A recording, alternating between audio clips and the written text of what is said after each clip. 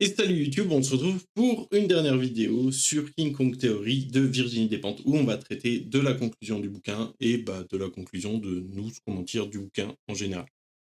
Ce dernier chapitre, qui est la conclusion du bouquin, s'appelle Salut les filles et commence comme ça suit. Sur internet, je tombe par hasard sur une lettre signée Antonin Artaud, une lettre de rupture, d'éloignement en tout cas, adressée à une femme qu'il déclare ne pouvoir aimer. J'entends bien que dans le détail, son affaire doit être compliquée. Mais à l'arrivée, ça donne ça. J'ai besoin d'une femme qui soit uniquement à moi et que je puisse trouver chez moi à toute heure. Je suis désespéré de solitude. Je ne peux plus rentrer le soir dans une chambre seule et sans aucune des facilités de la vie à portée de ma main. Il me faut un intérieur et il me le faut tout de suite. Et une femme qui s'occupe sans cesse de moi pour les plus petites choses. Une artiste comme toi a sa vie et ne peut pas faire cela. Tout ce que je te dis est d'un égoïsme féroce, mais c'est ainsi. Il ne m'est même pas nécessaire que cette femme soit très jolie. Je ne veux pas non plus qu'elle soit d'une intelligence excessive, ni surtout qu'elle réfléchisse trop. Il me suffit qu'elle soit attachée à moi.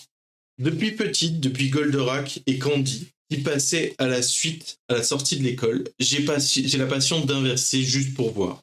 J'ai besoin d'un homme qui soit uniquement à moi et que je puisse trouver chez moi à toute heure. Ça sonne tout de suite différemment. L'homme n'est pas là pour rester à la maison, ni pour être possédé.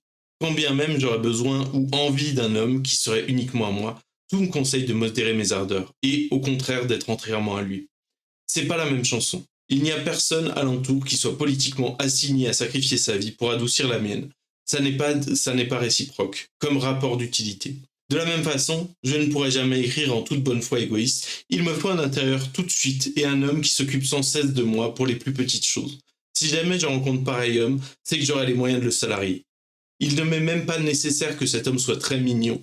Je ne veux pas non plus qu'il soit d'une intelligence excessive, ni surtout qu'il réfléchisse. Il me suffit qu'il soit attaché à moi. Et à ce propos, ce qu'elle va dire, c'est que il y a une différence profonde entre la masculinité et la féminité dans le patriarcat. C'est que la masculinité, c'est aussi faire reposer sa puissance sur la domination des femmes. C'est-à-dire que dans cette lettre de cet Antonin Artaud, on a quelqu'un qui dit j'ai besoin d'une bonne, j'ai besoin de quelqu'un qui s'occupe de la maison, le ménage, etc. Et elle le dit très bien elle-même en disant que grosso modo, si elle en était à se poser ce genre de questions et qu'elle avait les moyens, elle salarierait quelqu'un à faire ça en fait. Et c'est pas question d'essayer de trouver quelqu'un qui va le faire gratuitement par adoration et amour, quoi. Et puis notamment, ce qu'elle va dire, c'est le rapport à la lecture et à l'écriture, où notamment des grandes écrivaines ont été très souvent et très fréquemment censurées ou tempérées dans les messages qu'elle disait. Alors que ce soit de l'autocensure, de l'autotempérance, ou alors quelque chose de directement extérieur et de directement explicite fait par la société pour soit faire disparaître certains propos, soit les mettre de côté, soit les réduire, soit toutes ces choses-là. En tant qu'écrivain, la politique s'organise pour me ralentir, me handicaper, pas en tant qu'individu, mais bien en tant que femelle. Ce n'est pas quelque chose que je prends avec grâce, philosophie ou pragmatisme. Puisque ça m'est imposé, je fais avec. Je le fais avec colère, sans humour. Même si je baisse la tête et entends tout ce que je ne veux pas entendre, et me tais parce que je n'ai pas d'alternative, je n'ai pas l'intention de m'excuser de ce qui m'est imposé, ni de prétendre trouver ça formidable. Angela Davis, évoquant l'esclave noire américaine, elle avait appris par le travail que son potentiel de femme était équivalent à celui d'un homme. Et donc, en parlant de l'esclavage et de la période de l'esclavage, en particulier aux États-Unis, à travers le texte d'Angela Davis, elle parle du fait qu'en réalité, les femmes et les hommes sont en réalité tout à fait capables d'accomplir les mêmes tâches. Et c'est quelque chose qu'on pourra discuter dans le cadre d'autres livres, mais notamment une femme esclavagisée noire, on lui donnait pas moins de tâches. C'était une esclave. Il y avait toute cette partie de dégenrage, de déshumanisation qui faisait que les esclaves étaient des biens mobiliers et donc on les faisait travailler et on se posait pas la question de leur genre, on se posait pas ces questions-là pour savoir comment les mettre à l'œuvre.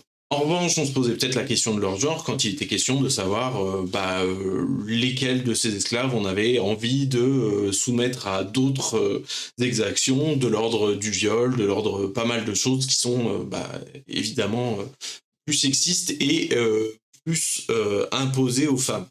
Et puis elle finit ce petit paragraphe en disant quand vous défendez vos prérogatives de mâle, vous êtes comme ces domestiques de grands hôtels qui se prennent pour les propriétaires des lieux, des larbins arrogants, et c'est tout. Et elle a ce mot à l'égard des hommes de sa classe sociale, parce que notamment elle fait souvent cette lecture et ce croisement entre le genre et la classe sociale. Et de rappeler que en fait et au même titre que ce que raconte Angela Davis par rapport à la race et à l'esclavage, c'est que les femmes ont traversé les mêmes épreuves que les hommes, elles ont juste traversé tout ça avec un système d'oppression supplémentaire qui est le système d'oppression patriarcale et et que globalement en fait à classe sociale équivalente, un homme qui va défendre les intérêts du patriarcat, c'est un homme qui est en train de défendre l'intérêt en réalité des plus puissants que lui, parce que cet ordre patriarcal, il intègre aussi cette notion de classe sociale. Et tous les hommes n'en bénéficient pas de la même manière. Quand le monde capitaliste s'écroule et ne peut subvenir aux besoins des hommes, plus de travail, plus de dignité dans le travail, absurdité et cruauté, des contraintes économiques, vexations administratives, humiliations bureaucratiques, certitude de se faire arnaquer dès qu'on veut acheter quelque chose, nous sommes encore tenus pour responsables. C'est notre libération qui les rend malheureux. Ce n'est pas le système politique mis en place qui est fautif, c'est l'émancipation des femmes. Et donc, pour en revenir à ça, elle refait ce truc de dire que, en fait, elle devrait, elle, en tant que femme, mais aussi toutes les autres femmes, avoir les mêmes droits que les hommes. Et que, en réalité, ce qu'il faudrait, c'est, de la même manière que certains et certaines penseurs, penseuses de gauche vont expliquer que le racisme, c'est quelque chose qui est mis en place pour diviser travailleurs et travailleuses entre races et créer des tensions autres que les tensions de classe. Et elle a un peu de cette tech-là qui est de dire qu'en fait, il serait temps d'abattre le patriarcat parce que c'est un outil de la bourgeoisie pour dominer les classes dominées. Elle parle ensuite d'une otage qui est libérée. Elle dit une otage est libérée. À la radio, elle déclare, ouvrez les guillemets, j'ai enfin pu m'épiler, me parfumer, je retrouve ma féminité. Fermez les guillemets. C'est en tout cas l'extrait qu'ils choisissent de passer. Elle ne veut pas sortir en ville, voir ses amis, lire les journaux. Elle veut s'épiler. C'est son droit le plus strict, mais moi qu'on ne vienne pas me demander de trouver ça normal. Monique Wittig, aujourd'hui, nous revoilà prises au piège dans l'impasse familière du c'est merveilleux d'être une femme. Volontiers énoncée par des hommes et relayée par les collaboratrices, toujours promptes à défendre les intérêts du maître. Ce que les hommes d'âge mûr aiment à nous dire de nous, qui taisent la fin logique de leur c'est merveilleux d'être une femme, jeune, mince, en mesure de plaire aux hommes. Sinon, ça n'a plus rien de merveilleux. C'est juste 2 fois plus aliénant. Et donc, elle a cette take à la fois sur comment les hommes de classe dominée devraient se soulever contre l'ordre patriarcal parce que ça permettrait une union des classes de genre, hein, si on peut utiliser le terme, pour lutter contre dans la guerre des classes sociales. Et de la même manière, en fait, il y a ce truc de ramener les femmes et de parler d'une certaine manière de traîtresse de classe, entre guillemets, de femmes qui vont aller défendre cette vision de la féminité, d'aller reprocher ça. Alors, le reprocher pas personnellement, puisqu'on parle effectivement là, et elle utilise spécifiquement le terme, on parle d'aliénation. Aliénation, donc à savoir de se rendre étranger à soi-même, et c'est donc c'est particulièrement explicite dans ce cas-là où cette femme qui serait sortie d'une situation de prise d'otage, son premier truc c'est pas de se réassurer de sa sécurité mentale, physique, émotionnelle, peu importe. C'est de se dire je vais rassurer mon entourage pour revenir à le rôle genré qu'on m'attribue et enfin recommencer à m'épiler, à être jolie, pimpante, etc. Et puis elle a encore une take un poil homophobe à mes yeux, mais qui est de dire que grosso modo, hein, les hommes socialisent entre eux en parlant des femmes, et notamment, en fait, les hommes, s'ils parlent des femmes, c'est pour ne pas parler d'eux-mêmes, entre guillemets. Concrètement, elle va dire, on dirait qu'ils veulent se voir baiser, se regarder les bites les uns des autres, être ensemble en train de bander, on dirait qu'ils ont envie de se la mettre. On dirait qu'ils ont peur de s'avouer que ce dont ils ont vraiment envie, c'est de baiser les uns avec les autres. Les hommes aiment les hommes, ils nous expliquent tout le temps combien ils aiment les femmes, mais on sait tout ce qui nous bobardent. Ils s'aiment entre eux, ils se baisent à travers les femmes, beaucoup d'entre eux pensent déjà aux potes quand ils sont dans une chatte. Ils se regardent au cinéma, se donnent de beaux rôles, ils se trouvent puissants, fanfaronnent, n'en reviennent pas d'être aussi forts, beaux et courageux. Ils écrivent les uns pour les autres, ils se congratulent, ils se soutiennent, ils ont raison. Mais, à force de les entendre se plaindre que les femmes ne baissent pas assez, n'aiment pas le sexe comme il faudrait, ne comprendraient jamais rien, on ne peut s'empêcher de se demander qu'est-ce qu'ils attendent pour s'enculer. Allez-y, si ça peut vous rendre plus souriant. C'est que c'est bien. Mais parmi les choses qu'on leur a correctement inculquées, il y a la peur d'être pédé, l'obligation d'aimer les femmes. Alors, ils filent droit, ils renaclent, mais obéissent. Au passage, ils torgnent une fille ou deux, furieux de devoir faire avec. Donc il y a toute cette idée de dire que bon, alors le patriarcat qui crée de la violence homophobe et qui inculque aux hommes que bon bah le péché ultime serait d'être homosexuel, mais en réalité les hommes seraient profondément tous un peu homosexuels et c'est pour ça que qui s'aiment les uns les autres, qui est une vision, encore une fois, très psychanalytique des choses, alors que une vision plus matérialiste des choses, à mon sens, serait plus pertinente ici. Et globalement, elle finit en faisant un peu cette injonction aux hommes de mener leur propre révolution féministe, et à raison, hein, d'une certaine manière. Elle dit il y a eu une révolution féministe, des paroles se sont articulées, en dépit de la bienséance, en dépit des hostilités. Et ça continue d'affluer. Mais pour l'instant, rien concernant la masculinité. Silence épouvanté des petits garçons fragiles. Ça commence à bien faire. Le sexe prétendu fort, qu'il faut sans arrêt protéger, rassurer, soigner, ménager, qu'il faut défendre de la vérité. Que les femmes sont des lascars comme les autres, et les hommes des putes et des mères, tous dans la même confusion. Il y a des hommes plutôt faits pour la cueillette, la décoration d'intérieur et les enfants au parc, et des femmes bâties pour aller trépaner le mammouth, faire du bruit et des embuscades. C'est chacun son terrain. L'éternel féminin est une énorme plaisanterie. On dirait que la vie des hommes dépend du maintien du mensonge.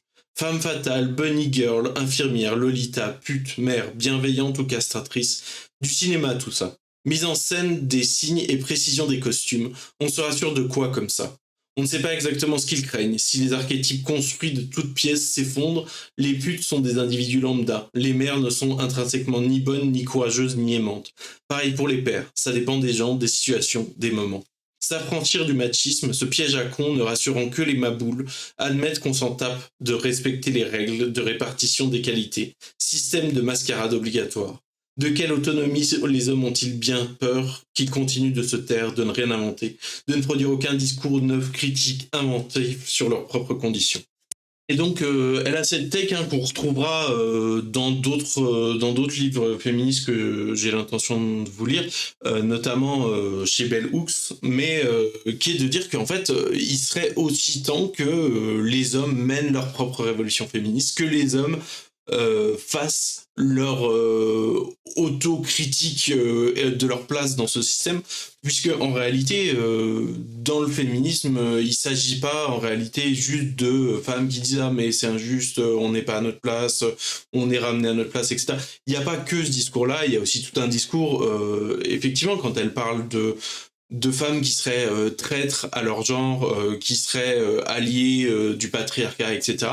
Le discours féministe est bien moins essentialisant que ça. Le discours féministe se pose pas la question de savoir les femmes sont gentilles, les hommes sont méchants, mais de caractériser un système de domination et de montrer la place que chacun et chacune opère dans ce système de domination qui est le patriarcat, et d'appeler à ce changement de rôle et à abolir ce système de domination.